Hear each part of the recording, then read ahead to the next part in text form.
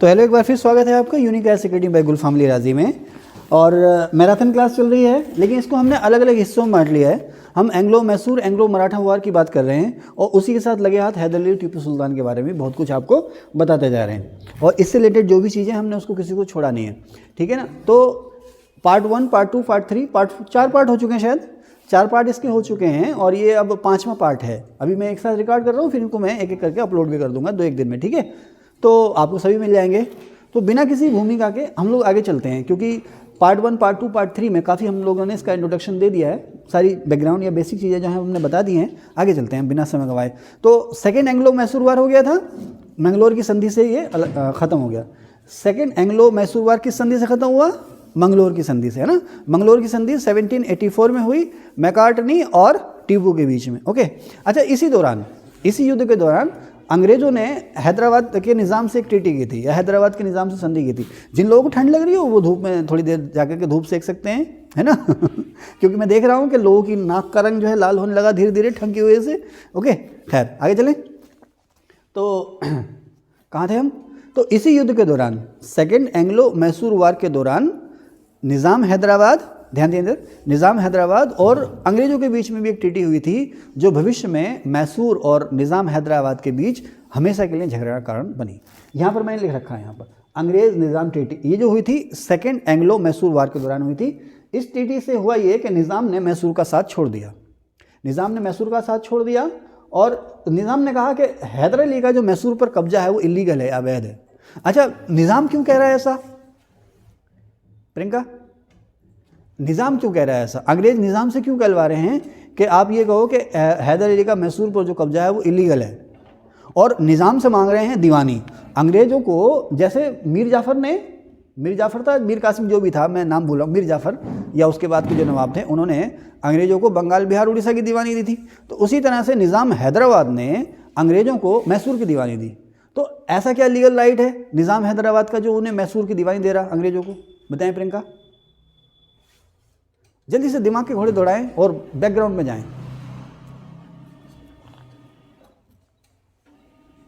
बताएं, तो आप बताएं। जैसे बहादुर शाह जफर को सामने लिया था। हाँ, नहीं, और कोई? हाँ हाँ हाँ, वेरी गुड, शाबाश। तो ये जो था ना हैदराबाद का निज़ाम, चिनकलिस खां और निज़ामुल कुल आसफ ज़ा, ये निज़ाम हैदराबाद के निज़ाम को मुग़ल बादशाह ने दक्कन का सूबेदार बनाया था, दक्कन के मुग़ल सूबों का सूबेदार बनाया था। तो जो मैसूर है ये भी किसी समय में मुग़लों के कब्जे में था। तो लीगली, यानी कि कानूनी रूप से अभी भी यहाँ के जो बादशाह हैं वो मुग़ल हैं, और मुग़ल बादशाह ने निज़ाम हैदराबाद को यहाँ का सूबेदार बनाया है। तो कानूनी तौर पर निज़ाम हैदराबाद का ही दावा है गवर्नर के रूप में मैसूर पर। तो उससे सिर्फ एक बहाना है, अंग्रेज़ों ने उससे कहा कि साहब मैसूर पर हैदर अली का जो कब्जा है वो इलीगल या अवैध है, नंबर 1 बात। और दूसरी बात, अंग्रेज़ों को मैसूर की दीवानी दी गई, हालांकि वास्तविक कब्जा नहीं था निज़ाम हैदराबाद का। इससे मैसूर जो था या हैदर अली जो था वो चिढ़ गया था, और यही जो संधि थी निज़ाम हैदराबाद और अंग्रेज़ों के बीच में, भविष्य में निज़ाम और मैसूर के बीच में झगड़े का कारण बनी थी, ठीक है, जो मैंने लिखा है, ठीक है। और इसने वादा किया निज़ाम ने कि मैसूर के ख़िलाफ़ अब हम अंग्रेज़ों का साथ देंगे। ओके, अब 1784 के बाद ये जो युद्ध है ख़त्म हो जाता है। अच्छा, हैदर अली और टीपू सुल्तान दोनों जो है ना, इनके फ्रांस से संबंध बहुत अच्छे थे। अच्छा, ईसाइयों में भी जैसे 2 खास तबके हैं, एक रोमन कैथोलिक और एक प्रोटेस्टेंट कहते हैं, शायद प्रोटेस्टेंट ही कहते हैं ना। तो इंग्लैंड जो था वो रोमन कैथोलिक चर्च को मानता था, वहाँ पर जो बहुसंख्यक आबादी थी वो रोमन कैथोलिक चर्च को मानती थी। फ्रांस की जो बहुसंख्यक आबादी थी वो प्रोटेस्टेंट जो कम्युनिटी है, संप्रदाय है, उसको मानती, ठीक है ना। अब हैदर अली ने फ्रांसीसियों का साथ दिया, या ईसाइयों में जो एक ग्रुप है प्रोटेस्टेंट्स का, उनको साथ दिया। मैं इतना जानता हूँ, इससे ज़्यादा मैं जानता नहीं हूँ। अगर यहाँ पर मैं कुछ गलत बोल गया हूँ जानकारी के अभाव में तो मैं माफ़ी चाहूँगा, ठीक है। तो खैर, तो अब जो प्रोटेस्टेंट चर्च है वो फ्रांस उसका फॉलोअर है, और हैदर अली ने उसी का साथ दिया है। तो हैदर अली ने जो है फ्रांस से दोस्ती की है, और हैदर अली ने अपने कोर्ट में ईसाई प्रोटेस्टेंट मिशनरी को रहने की इजाज़त भी दी है। ईसाई मिशनरी रह रही है, इसका मतलब अपने धर्म के बारे में प्रचार प्रसार कर रही है। तो हैदर अली ने, देखो ये सवाल आता है कि किस रियासत ने अपने दरबार में ईसाई प्रोटेस्टेंट मिशनरी को रहने की इजाज़त दी थी? तो हैदर अली था ये, अपने दरबार में यानी कोर्ट में, ठीक है। हाँ शमा बेटा ध्यान समझ में आ रहा है बात, है ना। हाँ उसके बाद इजाज़त दी थी। इसके अलावा हैदर अली की जो पहली राजधानी थी मैसूर नहीं थी, इसने अपनी पहली राजधानी बनाया था इक्केरी को, ये कर्नाटक के शिमोगा जिले में है, ठीक है।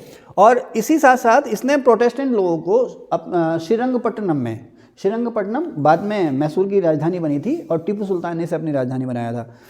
हैदर अली ने श्रीरंगपट्टनम में ईसाइयों को चर्च बनाने की परमिशन दी थी, ठीक है साहब।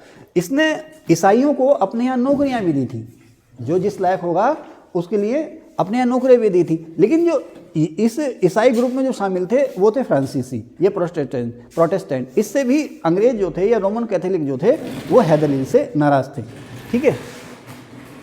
अब इस हैदर अली ने ये जो आप देख रहे हैं तुंगभद्रा नदी का उत्तरी इलाका और धारवाड़ कहाँ हुआ? महाराष्ट्र में, कर्नाटक में, जहाँ भी है। तुंगभद्रा नदी का उत्तर का इलाका और धारवाड़ ये जीत लिया था। इससे मराठे नाराज थे। हैदर अली ने ही अपनी फौज को यूरोपीय स्टाइल में ट्रेनिंग दी थी। यूरोपीय स्टाइल में ट्रेनिंग जो थी अपनी फौज को मीर कासिम ने भी दी, हैदर अली ने भी दी, टीपू सुल्तान ने भी दी। इनका फॉर्म फिल हो गया? वाह, बधाई हो। हाँ इनको इनकी सेवा दे दीजिए। तो मैं कहाँ था? हाँ मैं यहाँ था। हाँ मैं ये कह रहा था ना आपको, मीर कासिम ने भी, हैदर अली ने भी, टीपू सुल्तान ने भी, बहुत सी देसी रियासतों ने अपनी फ़ौज को यूरोपीय स्टाइल में ट्रेन किया था। तो हैदर अली ने भी ट्रेन किया था, यूरोपीय ट्रेनर रखे, ठीक है। टीपू सुल्तान इससे भी आगे बढ़ गया था, अभी उसकी बात बाद में करेंगे, ठीक है ना। और हैदर अली ने डिंडीगुल में अपनी आर्मी का हेडक्वार्टर बनाया, ये अपना तोपखाना बनाया। कहाँ पर? डिंडीगुल में, ओके। अब टीपू आता है, तो टीपू ने भी अपनी फ़ौज को यूरोपीय स्टाइल में ट्रेनिंग दी और ट्रेनिंग के लिए फ्रांसीसियों को रखा, जो फ्रांसीसी ट्रेनर थे उनको रखा। इससे अंग्रेज जो थे वो नाराज़ थे। टीपू का राज चिन्ह क्या था? बाघ। इसके झंडे पर बाघ बना हुआ था। कौन बनेगा करोड़पति में सवाल आया, 1 करोड़ का या 7 करोड़ का, ठीक है ना। टीपू को मैसूर का बाघ भी कहते हैं, ठीक है ना। इसका राज चिन्ह बाघ था, इसके झंडे पर टाइगर या बाघ बना हुआ था, ध्यान रखना, ठीक है। अब इसने फ्रांस के जैकोबिन क्लब की मेंबरशिप ली थी। अब ये फ्रांस का जैकोबिन क्लब क्या है? जिस समय फ्रांस के राजा लुई के खिलाफ फ्रांस के लोगों ने क्रांति शुरू की थी, उसी समय एक पार्टी बनी थी जिसका नाम था जैकोबियंस, ठीक है ना। ये जो पार्टी थी, ये जैकोबियंस जो क्लब था, ये फ्रांस के राजा के खिलाफ था, ये जनता का साथी था। तो टीपू ने भी इसी क्लब की मेंबरशिप ली थी, ठीक है ना, जैकोबियंस क्लब की। इससे भी अंग्रेज नाराज थे। इसने अपने आप को सिटीजन टापू नहीं, मैं थक गया, सिटीजन टीपू अपने, इसने टीपू सुल्तान ने क्या टाइटल लिया था? सिटीजन टीपू या नागरिक टीपू का टाइटल लिया था। इसने अपनी राजधानी बनाई श्रीरंगपट्टनम। श्रीरंगपट्टनम कहाँ है? तमिलनाडु में, कर्नाटक में। श्रीरंगपट्टनम तमिलनाडु में, कर्नाटक में, ठीक है ना, ठीक है ना। श्रीरंगपट्टनम कर्नाटक में। तो श्रीरंगपट्टनम में इसने अपनी राजधानी बनाई और वहाँ पर एक मजबूत किला भी बनाया। इसके अलावा श्रीरंगपट्टनम में इसने अपनी राजधानी में एक पौधा लगाया जिसको नाम दिया गया ट्री ऑफ फ्रीडम, यानी कि स्वतंत्रता का वृक्ष। अच्छा, ये जो ट्री ऑफ फ्रीडम है या श्रीरंगपट्टनम में राजधानी बनाना है, ये काम जो हुए हैं ये काफ़ी बाद में हुए हैं, ठीक है ना। इससे पहले 1792 में श्रीरंगपट्टनम का युद्ध हो चुका है, उसी के बाद इसने रिफॉर्म्स करने शुरू किए हैं और राजधानी श्रीरंगपट्टनम में ट्री ऑफ फ्रीडम लगाया। खैर जब भी लगाया है तो टीपू ने आर्मी ट्रेनिंग दी अपनी फौज को यूरोपियन स्टाइल में। इसका राचिन बाग था। जैकोबियंस क्लब की इसने मेंबरशिप ली, अपने इसने टाइटल लिया सिटीजन टीपू का। राजधानी श्रीरंगपट्टनम में इसने ट्री ऑफ फ्रीडम लगाया। इसके अलावा इसने मॉडर्न कैलेंडर यानी कि नया कैलेंडर भी जारी किया। इसके अलावा इसके बारे में ये भी कहा जाता है कि इसने रॉकेट टेक्नोलॉजी को भी ईजाद किया था। भारत में सबसे पहले जो रॉकेट टेक्नोलॉजी है वो इसी ने शुरू की थी। अपने जो गोला बारूद का जिसको कारखाना था, इसने रॉकेट जैसा यंत्र बना लिया था, रॉकेट जैसी मिसाइल बना ली थी जो कुछ दूर तक मार कर लेती थी। ये सवाल कई बार आता है कि सबसे पहले रॉकेट का इस्तेमाल किसने किया, तो टीपू सुल्तान ने किया था। यानी कि मॉडर्न सोच का था ये। जो नया कैलेंडर इसने जारी किया, नए किस्म के सिक्के इसने जारी किए। इसके अलावा जो है कि एक नया और आधुनिक तोपखाना बनाया, कहाँ पर? डिंडीगुल में। और उसमें ट्रेनिंग के लिए किसके रखा? फ्रांसीसियों को हायर किया। इसके अलावा विदेशी संबंधों में भी एक्टिव था। कुस्तुनतुनिया किसका पुराना नाम है? कुस्तुनतुनिया किसका पुराना नाम है? तुर्की का या इस्तांबुल का? तुर्की की राजधानी। हाँ, तुर्की की राजधानी इस्तांबुल का पूरा नाम है कुस्तुनतुनिया, यानी कुस्तुनतुनिया माने टर्की। जैसे भारत को दिल्ली एम्पायर कह देते थे ना, दिल्ली सल्तनत, उसी तरह से हो गया वो कुस्तुनतुनिया। तो कुस्तुनतुनिया के सुल्तान के पास इसने अपने दूत भेजे।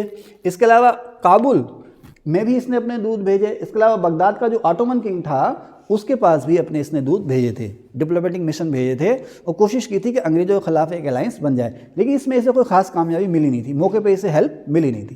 खैर, अब ये बात हो गई टीपू की। अब टीपू के इस सब कारनामों से अंग्रेज जो थे वो नाराज़ हो गए। अब नाराज़गी का आलम ये हुआ कि नतीजा ये हुआ कि तीसरा जो मैसूर वार है वो शुरू हो गया, एंग्लो मैसूर वार। 1792 में तीसरा एंग्लो मैसूर वार शुरू हो गया।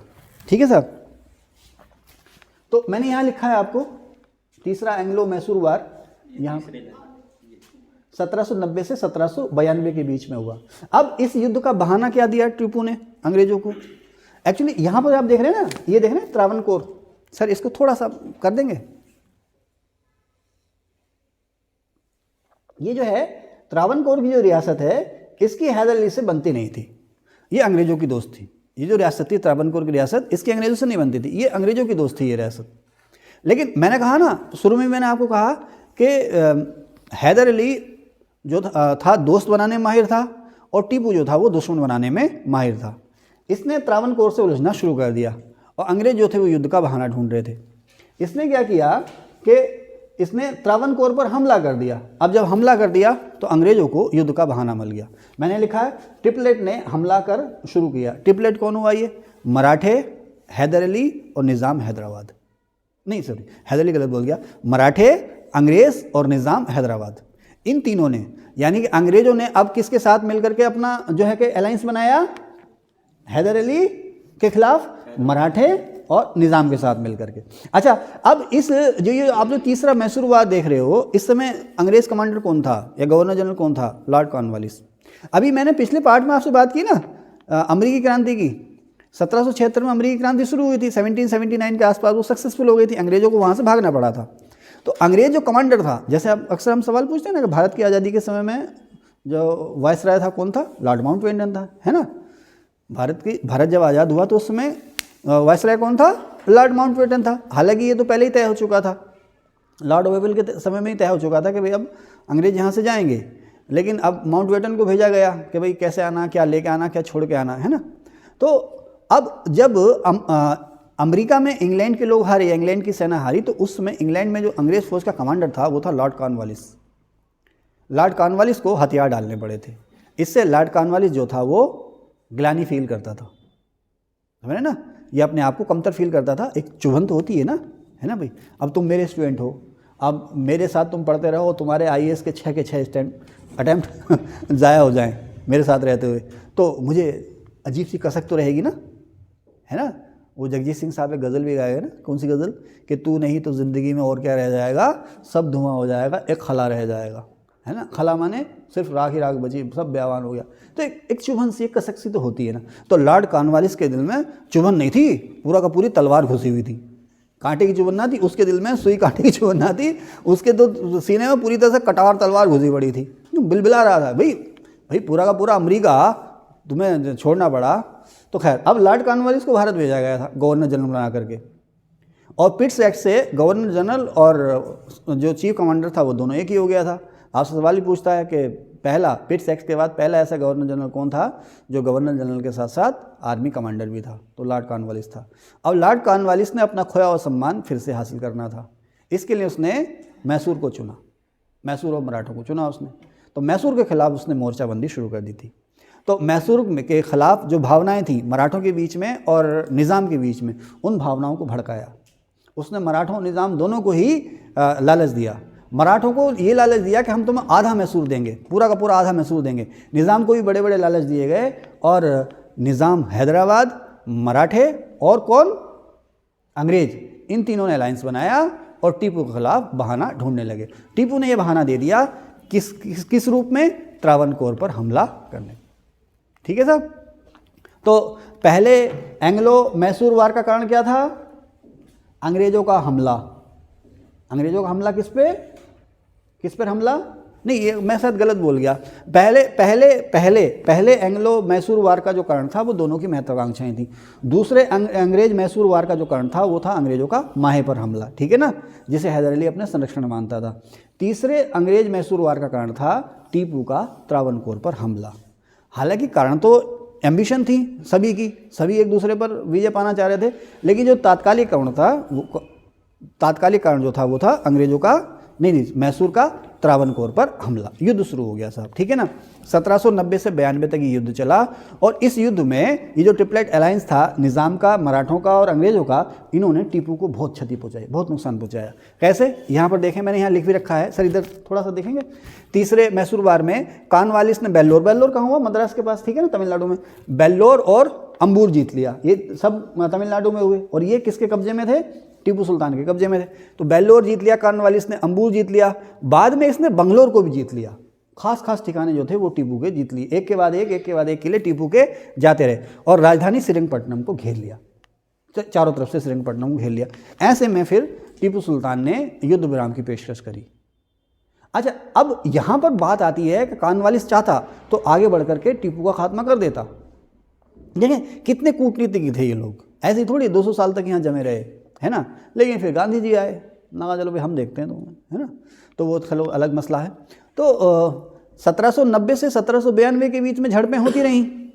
फाइनली कॉर्नवालिस ने श्रीरंगपट्टनम को घेर लिया और घेरने के बाद बजाय टीपू को पूरी तरह से ख़त्म करने के उसे ट्रीटी का ऑफ़र दिया, संधि का ऑफ़र दिया। टीपू मान गया अपने राज को बचाने के लिए। टीपू ने देख लिया कि भाई अब राज जो है वो बचेगा नहीं, इसलिए युद्ध विराम जो है वो बेहतर है, या संधि करना बेहतर है। अब संधि हुई, इस संधि के बाद हुआ ये, देखो बेटा इधर दिखाना, इमरान भाई इधर दिखाना, बिल्कुल यहाँ पर ले आना। ये जो चित्र है मैंने इसी पॉइंट के लिए बनाया था यहाँ पर, है ना। तो आप लोग हमारे चैनल को लाइक कीजिए, शेयर कीजिए, सब्सक्राइब कीजिए, फिर थोड़ा हमें वित्तीय लाभ हो इस चैनल से, जिससे कि हम स्मार्ट बोर्ड ले आएँ। अभी हमारे पास इतना धन नहीं है, अभी हम आपको सिर्फ ज्ञान दे सकते हैं, टेक्नोलॉजी का इस्तेमाल हम नहीं कर सकते।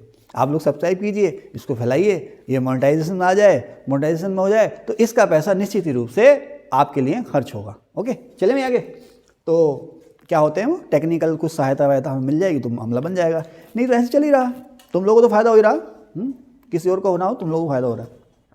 तो बेटा ये देखो, यहाँ पर मैंने ये ऐसे करके इलाके बना रखे हैं शेडेड इस तरह से, यहाँ पर लिखा अंग्रेज और फिर ये डॉट डॉट डॉट करके इलाके बना रखे हैं, इसको लिखा है मैंने निज़ाम। ये नदी है तुंगभद्रा और ये कृष्णा नदी है। तुंगभद्रा कृष्णा की सबसे बड़ी सहायक नदी, आपको पता ही है ना। कृष्णा नदी किस किस स्टेट में बहती है, महाराष्ट्र, तेलंगाना और आंध्र प्रदेश में, है ना, ठीक है। और तुंगभद्रा कर्नाटक और महाराष्ट्र में बहती है, ठीक है। तो अब ये जो तुंगभद्रा नदी है ये मराठों और मैसूर के बीच की सीमा है। इधर कृष्णा नदी आप देख रहे हैं, ये कृष्णा नदी जो है अंग्रेज निज़ाम और मैसूर के बीच की सीमा है। अब 1792 में जब संधि होती है तो इस संधि में ये होता है कि अंग्रेजों को कौन से इलाके मिले, अंग्रेजों को मिले बारामहल, डिंडीगुल, बारामहल, डिंडीगुल, और ये जो इलाका आप देख रहे हो मैसूर और त्रावणकोर के बीच का इलाका, कोच्चि के आसपास का इलाका है ये, ठीक है ना। मैसूर रियासत ये हुई और ये हुई आपकी त्रावणकोर रियासत। मैसूर और त्रावणकोर रियासत के बीच का जो इलाका है ये अंग्रेजों को मिला। इसके अलावा बारामहल और डिंडीगुल के जो महत्वपूर्ण सामरिक ठिकाने हैं ये अंग्रेजों को मिले। अब निज़ाम को क्या मिला, निज़ाम को मिला ये पेन्नार नदी और कृष्णा के बीच का जो बाकी का, देखो कुछ एरिया किसने हड़पा, बारामहल और डिंडीगुल जैसे इलाके किसने हड़पे, अंग्रेजों ने, ठीक है ना। मैंने इसका फार्मूला बनाया, बीडीएम के बल्ले आते थे, बीडी महाजन की किताब भी होती है। बीडीएम माने बारामहल, डिंडीगुल और मालावार। यस, ये मालावार का इलाका, मालावार में वो इलाका जो मैसूर और त्रावणकोर के बीच में है, मालावार, ठीक है ना। मालावार में वो इलाका जो मैसूर और त्रावणकोर के बीच में है, तो ये अंग्रेजों को मिले। मालावार का वो इलाका जो फिर से बता दूं मैसूर और त्रावणकोर के बीच में वो मिला। इसके अलावा तमिलनाडु में डिंडीगुल और बारामहल के इलाके मिले। ये इस तरह से मैंने तिरछी लाइनों में आपको दिखा रखा है, ये अंग्रेजों को मिले, यानी कि लॉर्ड कॉर्नवालिस ने ये अपने पास रखे। इसके अलावा बाकी जो इलाका है तमिलनाडु, आंध्र प्रदेश, तेलंगाना का, जो पेन्नार नदी और कृष्णा नदी के बीच में है मैसूर का इलाका, ये सारा का सारा निज़ाम को दे दिया गया। तुंगभद्रा नदी के उत्तर में जितना भी इलाका था जो मैसूर ने कैप्चर कर रखा था वो सारा इलाका अंग्रेजों को दे दिया गया। सब खुश हो गए साहब, सारे के सारे खुश हो गए। अब इस पर लॉर्ड कॉर्नवालिस से ये कहा गया कि, या लॉर्ड कॉर्नवालिस से ये प्रश्न किया गया कि भाई आप टीपू को आसानी से हरा सकते थे, आप टीपू को आप खात्मा कर सकते थे, पूरे के पूरे मैसूर को आप अपने इलाके में ले सकते थे, आपने क्यों छोड़ दिया। उसने कहा भाई हमने मैसूर रियासत को इसलिए छोड़ दिया। इसके लिए उसने एक स्टेटमेंट दी थी, एक कमेंट किया था, मैंने लिखा भी है, जहाँ पर अलग से मैंने लिखा है, टीपू सुल्तान लॉर्ड कॉर्नवालिस ने लिखा भी होगा कहीं, हाँ ये देखो कॉर्नवालिस का कमेंट है, हमने अपने और आगे खाली जगह छोड़ दी क्योंकि इतना स्पेस है नहीं, आप लोग खुद लिख लेना। इसने कहा कि थर्ड एंग्लो मैसूर वार जब इसने जीता और श्रीरंगपट्टनम की संधि हुई, श्रीरंगपट्टनम की संधि के बाद तमिलनाडु में बारामहल और डिंडीगुल और इधर केरल में मालाबार के कुछ इलाके अंग्रेजों को मिले, कृष्णा और पेन्नार के बीच का इलाका निज़ाम को मिला और तुंगभद्रा के उत्तर में सारा जो है वो मराठों को मिला। अंग्रेजों को बहुत कम इलाके मिले, मराठों और निज़ाम को ज़्यादा इलाका मिला, मैसूर भी बचा रहा। तो इसने इस संधि के बाद कहा था कि हमने अपने शत्रु को अच्छी तरह से कमज़ोर कर दिया है और अपने मित्रों को भी ताकतवर नहीं होने दिया। अगर वो पूरे मैसूर को हड़प लेता, तो जाहिर सी बात है जो आधा मैसूर बटा है तीनों में, वो पूरा मैसूर तीनों में बटता, यानी कि निज़ाम को और मराठों को और ज़्यादा इलाके मिलते। टीपू सुल्तान तो ख़त्म हो जाता, लेकिन निज़ाम और मराठे और ज़्यादा ताकतवर हो जाते। मराठों और निज़ाम की पहुंच इधर के समुद्र और इधर के समुद्र में भी हो जाती, जो भविष्य में यहाँ पर अंग्रेजों के विस्तार के लिए खतरा हो सकता था। उसे पता था टीपू को तो हमने घेर लिया अच्छी तरह। यहाँ देखो ना, यहाँ पर मालाबार में इधर अंग्रेज सेना बैठी है और डिंडीगुल और बारामहल में भी अंग्रेज सेना बैठी है। ये जब चाहे आगे बढ़ के टीपू को ख़त्म कर सकते हैं। और अगर अभी टीपू को ख़त्म कर दें तो संधि की शर्तों के मुताबिक उन्हें अपना एम्पायर जो है वो शेयर करना पड़ेगा, ये भी नहीं चाह रहा था। इसलिए उसने कहा कि हमने अपने मित्रों को भी ताकतवर नहीं होने दिया है और शत्रु को भी अच्छी तरह से दबा दिया है। ये मेंस में आएगा सवाल सब। और प्री में क्या आएगा, ये किसने कहा, कब कहा, किस संधि के बारे में कहा। तो अब तो 4 युद्ध हैं, अक्सर तो हम यही भूल जाते हैं कि 4 युद्ध मराठों से हुए कि मैसूर से हुए। बोलो भूल जाते हैं, नहीं भूल जाते हैं, अक्सर भूल जाते हैं कि 4 युद्ध मराठों से हुए कि मैसूर से भूल जाते हैं। अव्वल तो यही भूल जाते हैं हम। और फिर 4 युद्ध इनसे हुए तो कौन सा किस संधि से समाप्त हुआ। आप देखो, जैसे प्रियंका बताएंगे हमें, प्रियंका बिना देखे, हाँ आप जो है नीचे को देखो और आंसर दो मुझे। पहला मद्रास युद्ध किस संधि से समाप्त हुआ, पहला मैसूर युद्ध किस संधि से हो गया, आंसर हो गया मद्रास की संधि से। अच्छा चलो, दूसरा मैसूर वार किस संधि से समाप्त हुआ, मंगलोर की संधि से। और तीसरा मैसूर वार समाप्त हुआ श्रीरंगपट्टनम की संधि से। ध्यान रखना, वनडे में और मेंस में वो आया ना, अब तो पैटर्न बन रहा है एग्जाम का कि इसमें से कितने सही हैं, कौन कौन से नहीं, कितने सही हैं, है ना। कुछ लोग तो बेहोश हो गए, IAS की तैयारी करनी छोड़ दी, है ना। आप हमारी क्लास में भी थे 4-5 पिछले साल के IAS के पेपर के बाद उन्होंने तैयारी करनी छोड़ दी कि भाई हमारे बस की बात नहीं, हम दुकान चलाएंगे। कितने सही हैं, ओए अल्लाह ओके, खैर कोई नहीं। अब उसमें फिर भाई अगर पैटर्न बदला है तो एक लवीश के लिए थोड़ी बदला, वो सभी के लिए बदला है। कठिन है तो सभी के लिए है ना। ये कुछ नहीं होता अगर ये पेपर कठिन आया तो पेपर भाई सरल आया तो सभी के लिए आया। 90 नंबर अब जा रही है मेरिट 100 में से। कठिन आया तो भाई 30-32 सवालों पे भी आपका प्री पास हो जा रहा है ना। इस बार जो IAS प्री की मेरिट जो वो डाउन गई है, क्यों, पेपर कठिन था। हैं खैर चलें, तो कहाँ थे हाँ, तो श्रीरंगपट्टनम की संधि हो गई 1792 में और टीपू को अब मजबूर होना पड़ा। यहाँ पर मैंने देखो लिख भी रखा है यहाँ पर श्रीरंगपट्टनम की संधि के बारे में। अंग्रेज नीलाम ट्रीटी का देखो, श्रीरंगपट्टनम ट्रीटी 1792 में टीपू का जो है आधा राज गया, टीपू का आधा राज चला गया। इसके अलावा बारामहल पश्चिमी तमिलनाडु में, डिंडीगुल दक्षिणी तमिलनाडु में ये गया। मालाबार में कालीकट और त्रावणकोर के बीच का जो इलाका है, कालीकट और त्रावणकोर के बीच का इलाका जो है ये गया। ये सब अंग्रेजों को मिला। तुंगभद्रा के उत्तर में मराठों को मिला। निज़ाम को क्या मिला, आंध्र प्रदेश में कोडप्पा का जिला मिला। इसके अलावा कृष्णा और पेन्नार के बीच का जो इलाका था वो सारा का सारा निज़ाम को मिला। टीपू को 3 करोड़ रुपये देने पड़े, वो किस्तों में देने थे, इन फ्यूचर किस्तों में देने थे। और टीपू को अपने 2 किशोर बेटे अंग्रेजों को सौंपने पड़े जमानत के रूप में कि एक तो जो युद्धबंदी हैं वो रिहा करोगे, 3 करोड़ रुपए दोगे, इन इलाकों से अपनी फौज हटाओगे और भविष्य में हमारे खिलाफ किसी भी गुट में शामिल नहीं होगे। इसकी जमानत के रूप में किसे देना पड़ा, अपने 2 बेटों को। एक पेंटिंग बनाई है, बड़ी फेमस पेंटिंग है, जब टीपू के 2 बेटे अंग्रेजों को सौंपे जा रहे हैं तो जो छोटे बच्चे हैं, 2 छोटे बच्चे हैं, वो अपने भाइयों को खींच रहे हैं। बड़ी मार्मिक पेंटिंग है वो। खैर जो भी है, तो इस तरह से टीपू को अपने 2 बेटे जो हैं जमानत के तौर पर भेजने पड़े। तो श्रीरंगपट्टनम की संधि कब हुई, यहाँ पर मैंने लिख रखा मार्च 1792 में श्रीरंगपट्टनम की संधि हुई, ठीक है ना। किसके बीच में, कॉर्नवालिस और टीपू के बीच में। कब हुई, 3rd बार। तो 3rd बार इस श्रीरंगपट्टनम की संधि से एंड हुआ, ठीक है बेटे, ओके। अब 3rd बार तक हम पहुँच गए। उसके बाद मैंने टीपू के बारे में ही आपको बता दिया है। उसके बाद हम बात करेंगे, इसके बाद थोड़ी सी मराठों की बात करेंगे और फिर बात करेंगे चौथे एंग्लो मैसूर वार के बाद, ठीक है। अब इस पार्ट में बस इतना ही। अगर आपको अच्छा लगा हो तो प्लीज़ इसको सब्सक्राइब कीजिए, लाइक भी कीजिए, शेयर भी कीजिए। Thank you.